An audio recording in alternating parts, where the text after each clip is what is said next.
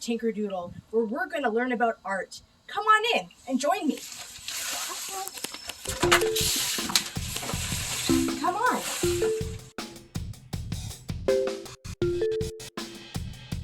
Today on Miss Tinkerdoodle, Cooking with Bob, Fusion Indian Style Goulash.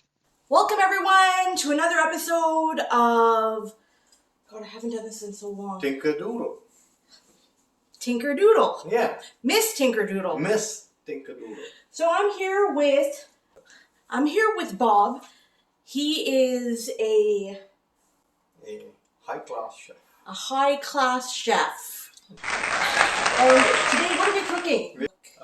It's a Hungarian goulash, but it's Indian style Hungarian goulash. Okay. A guy from Czechoslovakia taught me this years back in India.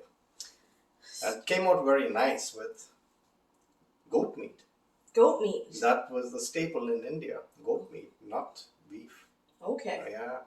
And I guess we can carry on now with the cooking? the cooking. Okay, so Bob is going to tell us what he needs to create this goulash. Okay. So It's Tinkerdoodle time! we'll be right back. Hit pause so that you can write down the ingredients.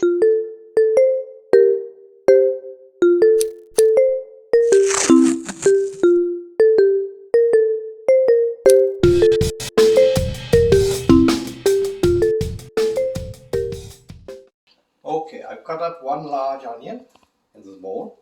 I've put in rapeseed oil. You can cook with any oil you want. Okay. High heat though. Well, we got to fry these onions till a light brown. They turn a light brown. I'm putting the stove on, and the onions going with the oil. My spoon. Oh, here. I'm using this wooden spoon. And we have to wait for the onions to turn a light brown. The onions are browning. I've cut them up into half-inch pieces. And now I'm going to put in the garlic. How much garlic have you chopped up? 10 cloves of garlic. 10 cloves of garlic. Here we are. All mashed up. Yep. Okay, that goes in there. The garlic just has to cook for about a minute or two. Mustn't be burnt. And this is goat meat, and we are going to now. I washed it out. I soaked it in water, cold water. Washed it out, rinsed it out about twice. And got all the blood out. And why are we using goat meat? Because this is an Indian goulash, and that's why we are using goat meat. We can't use cow meat because that was illegal in India. So I mixed up the goat meat. You can also use pork, you can use ribs, but it has to be a bony pork meat. It can be a solid pork meat. It has to have bone. So ribs will be fine. I made them with pork too, and they came out good. And we're cooking this. Now we are browning this for a while. It's a medium heat. The stove is on a medium heat, and the meat has to now fry. Turn a little bit darker in color. I am mixing a bit of cayenne. A little bit of cayenne. How are we doing with the goat meat? The goat meat has to be stirred again, just to brown off everything.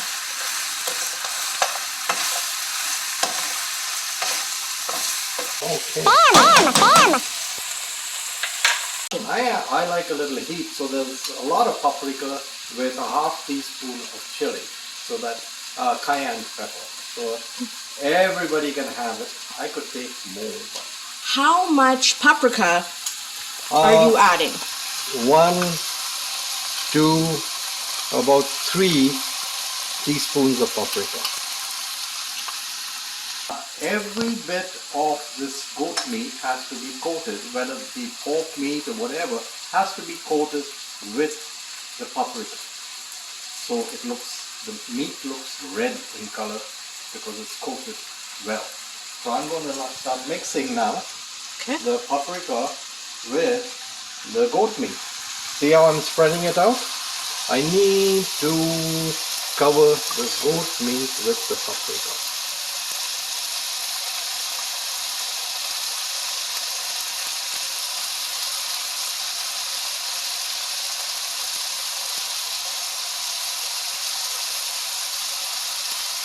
And now the rest of it I'm going to put in there. Now this burns fast, paprika burns fast, so I'm going to start to mix it now. I'm going to start mixing it.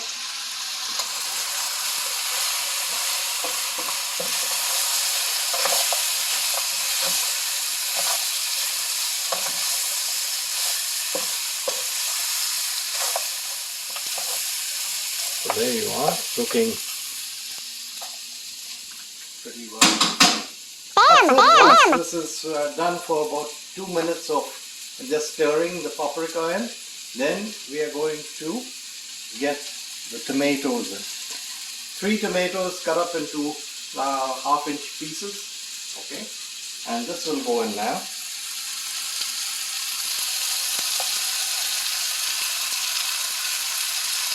We mix again.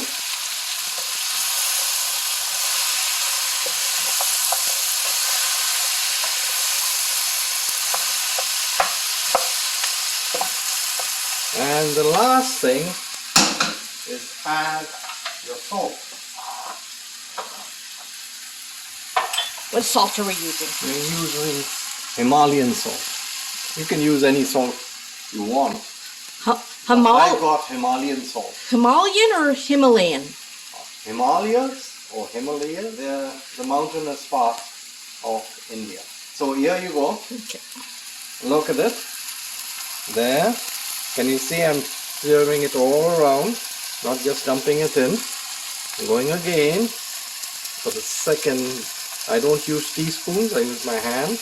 And 1/3 last bit there. So Now, salt to season. Salt to season. I put the cover on, and every maybe 3 or 4 minutes I will come and I'll stir it again so that the tomatoes blend in with the meat. It becomes a mush in the meat. Again. Now we're just turning the goat meat again. It's been about 10 minutes. And the tomato is blending in.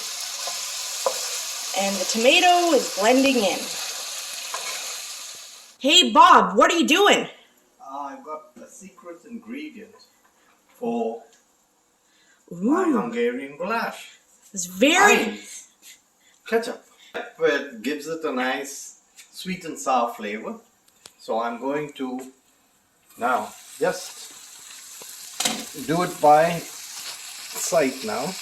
I'm pouring it in. 1 Mississauga, 2 Mississauga, And 3 that's it. Mississauga. No more than that. We are mixing it up. Yeah. Oh, the goulash is coming out good. The tomatoes are blending in. The paprika is all blended in. And we'll keep it going on a slower fire. That means slower heat. Yeah. And now let it simmer until the meat is tender. And we'll check it out in another 2 minutes or 3 minutes. Hi, I'm back again. Now what? We're checking out the meat now. That's been on a slow fire. See that? Yeah. See, it's getting its color. And now we just have to stir it so it doesn't burn. Yeah. What happens if you start to lose gravy? Oh, you can add a little water after this. It doesn't matter. Or you can add Bam! a soup, like a beef soup or chicken soup, whatever, or even water would do for this. As long as the meat is tender. So now I'm going to test the meat out. So we switch this off because I need to get something to eat it with. Toaster. Just to get it warmed up. A lot of people simply cook, don't taste their food, and then they serve it out. There's less salt, there's less paprika, there's less this and that. So I am now tasting my food that I've cooked. I've got a piece of meat here. I need to know if it's tender, and my chapati is there. I wrap it up like you're eating a tortilla. A little gift. And it goes in there, you know. Right down the gullet. And perfect. Doesn't need anything more. But we're going to get it done until the meat falls off the bone tender. And we're ready to eat. Well, it smells really good. Okay, the meat is all done. Come and have a look. Okay. See, this is what it should look like. It smells so good. Okay, now I will put in the garnishes. That's a few green leeks I've cut up. Okay. And a little bit of coriander. Of course, you all can use parsley, whatever, just to make it look good. And now that's done. And it's time to serve. It's time to eat. Time to eat. I'm ready. Thank you so much for cooking. There we go. It smells good. And it'll taste good with, of course, a nice paratha. A homemade paratha. Shall we try? Yeah, go ahead. Okay, let's try it. So you guys go ahead, eat with knives and forks, chopsticks, whatever you want. I'm just going to eat with my hands. Yeah, just like the Indians would do, but I'm going to get a little salad. We put a little salad down. Good? Very good. Well, that tastes good. Thank you. You're most welcome. For being on this episode of Miss Tinkerdoodle. We learned how to make a fabulous meal. I think everyone should try it. It's easy. It's not hard. And of course, a little salad on the side. And you can have it with either a paratha, a chapati, naan, and I guess...